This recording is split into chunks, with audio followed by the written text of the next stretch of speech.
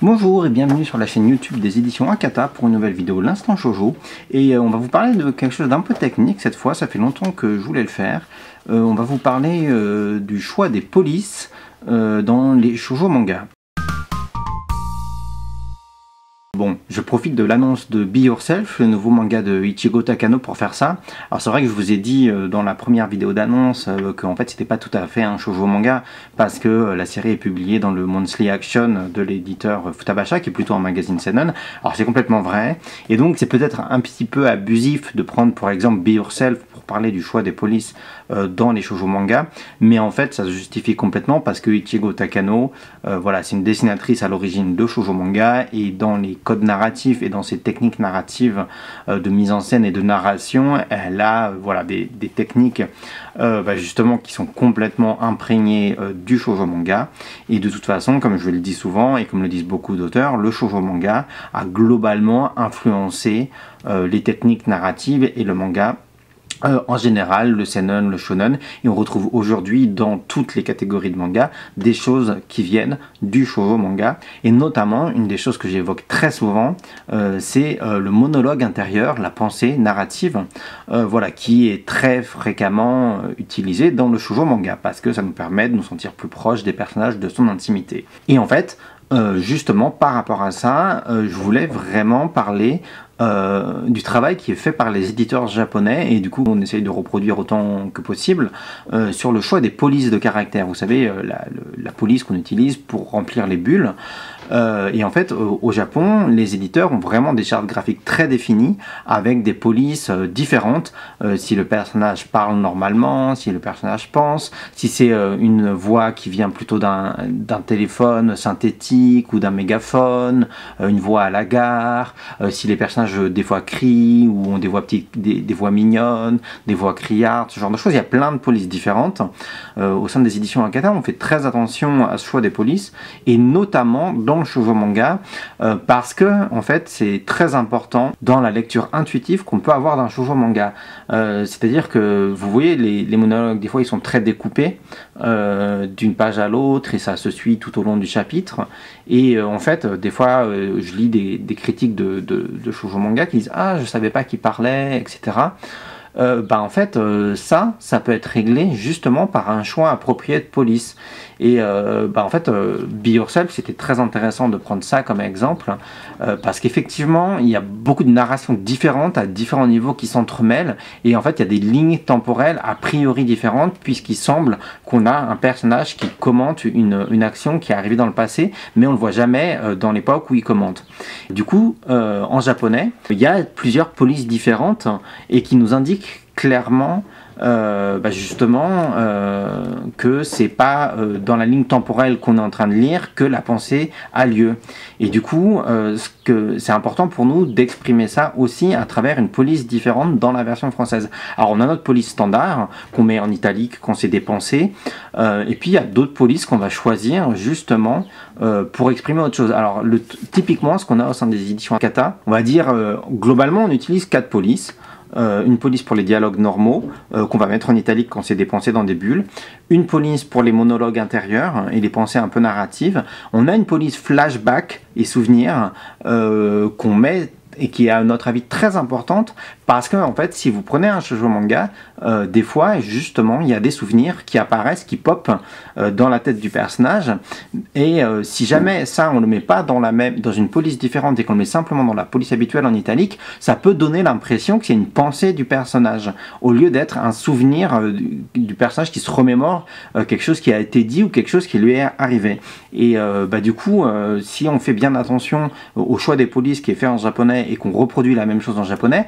pour moi justement ça aide à la lecture intuitive, parce que le lecteur qui va constater qu'il y a une police différente quand c'est une pensée du personnage directement, ou alors que c'est un souvenir d'une scène qu'il se remémore, en fait l'œil, même si le lecteur n'en a pas forcément conscience tout de suite à la lecture, en fait le cerveau va faire un travail en fond, et en fait intuitivement on comprend que plus facilement que c'est pas une pensée du personnage. Et ce genre de micro-choses, pour moi c'est très important. Dans Be Yourself, typiquement, quand on a commencé à lire ce livre, j'ai remarqué qu'il y avait beaucoup de polices différentes. en japonais. Et si vous regardez ne serait-ce que la première page, vous allez pouvoir voir que les 3 premières cases du haut, elles ont un cadre différent des cases du dessous, qui sont plutôt, vous voyez, un peu en fusain. Du coup, ça signifie une chose très clairement, ça signifie que c'est pas dans la même police temporelle et qu'il y a une rupture dans le texte. C'est pas le même texte qui se continue. Vous tournez la page, vous allez sur la deuxième page, et là, vous avez une indication directement, vous voyez les bulles de pensée, elles sont dans le même cadre gris carré, très net, ou contour marqué, que sur celle de la page d'avant, et donc il faut ces 2 bulles là sont la suite directe des 3 bulles de la case d'avant. Et donc en fait dans le travail de traduction, c'est important que ces 3 bulles soient connectées aux 2 bulles de la page d'après et pas de celle d'en dessous. Et en fait dans tout le tome 1 de Be Yourself, c'est comme ça. Et on va retrouver justement, en fonction de la forme des cases, en fait, les bulles ne se suivent pas de la même manière et nous indiquent si la bulle est dans la ligne temporelle du présent ou du futur, ou dans l'imaginaire du personnage aussi. Alors, du coup, en traduisant l'ouvrage, on a regardé en détail et effectivement, on a vu qu'en japonais, ils utilisent dans chacun de ces types de bulles des polices différentes. Donc, en fait, on a fait le choix de faire pareil, de changer les polices en fonction des cas, parce que tout simplement ça nous semblait important pour aider à la compréhension intuitive, d'autant que pour le moment on n'a pas encore tous les tenants et les aboutissants de l'histoire. On a pour le moment le tome 1 qui est centré sur un personnage, on ne sait pas encore ce qui est arrivé à tous les personnages et comment ils en sont arrivés à a priori la situation qu'on peut suspecter en lisant ce manga, mais du coup voilà, c'était très important pour nous de faire ce travail-là. Et en fait, si on ne fait pas attention à ce choix des polices-là, il y a certaines pages où on peut faire des erreurs de traduction.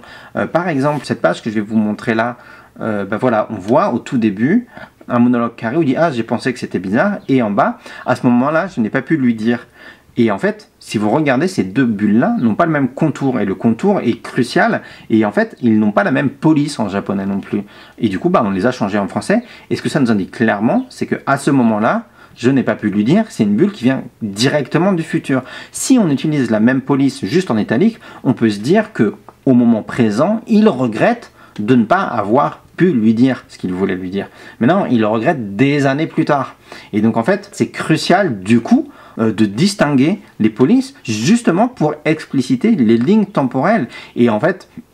si ce travail-là n'est pas fait, ça devient parfois très confus, le shoujo manga ou les mangas en général, parce que justement au Japon, au sein des services éditos et les auteurs aussi ont l'habitude, ils font un énorme travail de distinction des polices pour aider à cette lecture intuitive, pour expliciter si les textes sont au présent, au passé, ou ils se passent potentiellement dans le futur. Donc c'est peut-être pas quelque chose que vous avez remarqué quand vous lisez nos mangas, mais en fait c'est vrai que c'est un détail sur lequel on est très vigilant et qui nous demande beaucoup de travail des fois justement de vérification. Et voilà, bon, c'est un micro détail d'édition que je voulais vous montrer. Et du coup, je voulais aussi vous montrer comment on fait des fois dans les traductions. Vous voyez peut-être pas l'écran, mais je vous ferai une capture d'écran. Ce qu'on demande aux traducteurs, c'est autant que possible indiquer au sein des traductions le choix des polices à faire, parce qu'en fait, les graphistes, les gens qui remplacent les onomatopées, qui remplacent les textes, etc., ne sont pas nécessairement des gens qui parlent japonais, et donc ils ne peuvent pas forcément reconnaître les polices différentes. Et du coup, on demande aux traducteurs autant que possible d'indiquer dans leur fichier de traduction, justement, via par exemple des codes couleurs, qu'il y a un changement de police, qu'il faut utiliser telle ou telle police pour le choix de la maquette. Donc voilà, pour moi c'était important de faire cette vidéo là, parce que c'est vrai que typiquement les monologues et les pensées, tout ce genre de choses là, c'est vraiment très spécifique à l'origine au shoujo manga. Et du coup voilà, j'avais quand même envie de parler de ça, parce que je pense que ça vous intéresse aussi, vous les lecteurs, de voir le travail qui est fait derrière, surtout qui est fait en amont pour vous proposer des mangas, et qu'il y a peut-être plein de petits aspects, des choses que vous ne pouvez pas voir. Et voilà, ce choix des polices est typiquement crucial sur le shoujo manga, justement par le monologue intérieur, mais aussi par la déstructuration des cases, des dialogues et les sous-entendus qui vont avec. En l'occurrence, pour faire une bonne traduction sur un shoujo manga, je pense que c'est important d'être attentif au choix des polices, parce que justement, sinon on peut faire une erreur de traduction dans la ligne temporelle, parce que le japonais est une langue qui parfois laisse des marges d'interprétation. Et voilà, du coup je vais m'arrêter là, même si Be Yourself est en soi un seinen manga, dans cette C'était une bonne opportunité, justement aussi parce qu'il y a une vraie complexité dans cette série-là, sur les lignes temporelles et le choix des polices qui a été fait au Japon. L'occasion était trop belle pour vous en parler. Du coup, j'ai fait cette vidéo. C'est peut-être un petit peu confus, on essaye des choses un petit peu différentes, même au montage, etc. J'espère que c'est clair, j'espère que ça vous a intéressé, j'espère que ça vous a plu. Écoutez, n'hésitez pas à lire Be Yourself, n'hésitez pas à partager, à commenter, à nous dire si vous voulez voir plus de vidéos un petit peu comme ça techniques, où on parle d'aspects très pointus du travail. Et puis écoutez, prenez bien soin de vous, et puis je vous dis à bientôt sur d'autres vidéos sur l'Instant Chauveau.